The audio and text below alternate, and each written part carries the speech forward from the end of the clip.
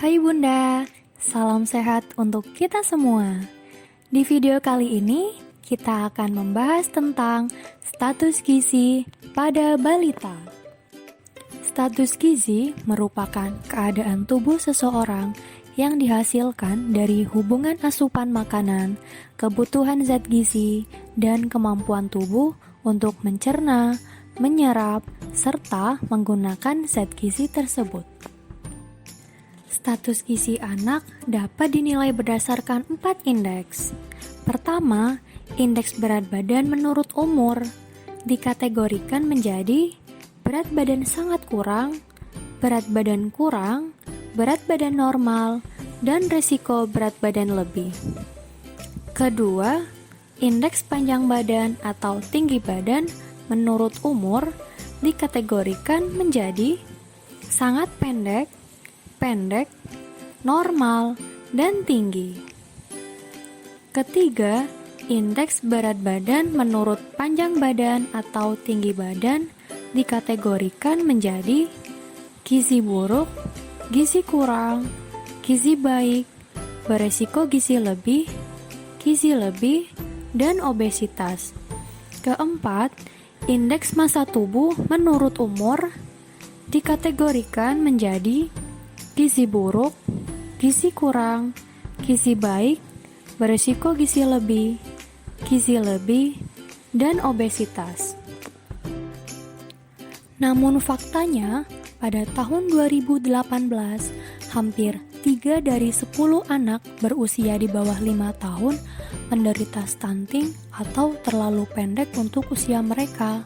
Sedangkan 1 dari 10 anak berusia di bawah 5 tahun kekurangan berat badan atau terlalu kurus untuk usia mereka.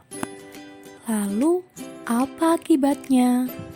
Status gizi kurang dapat memberikan dampak kepada anak, di antaranya: pertama, keterlambatan perkembangan anak; kedua, menurunkan kecerdasan; ketiga, menurunkan daya tahan tubuh; keempat, meningkatkan risiko kesakitan dan kematian; dan yang kelima, berisiko terkena penyakit lainnya di masa depan. Di masa pandemi COVID-19 ini, status gizi menjadi salah satu hal yang perlu diperhatikan.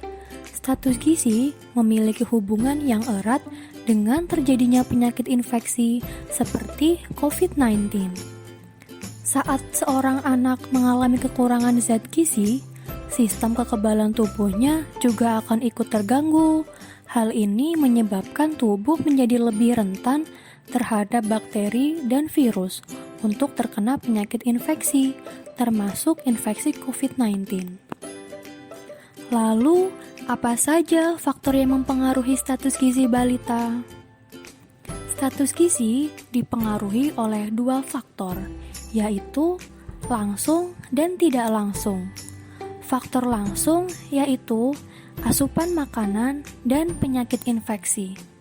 Sedangkan faktor tidak langsung antara lain sosial ekonomi, pendidikan, pengetahuan, pendapatan, pola asuh yang kurang memadai, sanitasi lingkungan yang kurang baik, rendahnya ketahanan pangan tingkat rumah tangga, dan perilaku terhadap pelayanan kesehatan. Asupan makanan. Status gizi seseorang tergantung dari asupan gizi dan kebutuhannya. Jika antara asupan gizi dan kebutuhan gizinya seimbang, maka akan menghasilkan status gizi baik. Kebutuhan asupan gizi setiap orang berbeda-beda. Hal ini tergantung pada usia, jenis kelamin, aktivitas fisik, berat badan, dan tinggi badan. Kelebihan asupan gizi dibandingkan dengan kebutuhannya akan menghasilkan status gizi lebih, di mana kelebihan tersebut akan disimpan dalam bentuk cadangan di dalam tubuh. Sedangkan kekurangan asupan gizi dari makanan dibandingkan dengan kebutuhannya dapat mengakibatkan penggunaan cadangan di dalam tubuh yang menghasilkan status gizi kurang, seperti penurunan berat badan atau terhambatnya pertumbuhan tinggi badan. Lalu, Bagaimana cara mempertahankan status gizi anak? Pertama, Bunda perlu memantau terus kondisi anak dengan rutin memantau berat badan dan perkembangan di posyandu atau fasilitas pelayanan kesehatan terdekat. Kedua, konsumsi air putih yang cukup.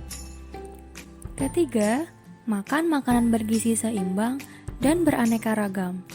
Keempat, mengajak anak untuk melakukan aktivitas fisik yang cukup. Kelima, melakukan istirahat yang cukup. Keenam, usahakan untuk memasak di rumah untuk meningkatkan kualitas makanan. Serta yang ketujuh, menerapkan perilaku hidup bersih dan sehat. Ayo Bunda dan Ayah, kita bahu-membahu untuk mengoptimalkan status gizi buah hati kita agar tercipta keluarga sehat, Indonesia kuat.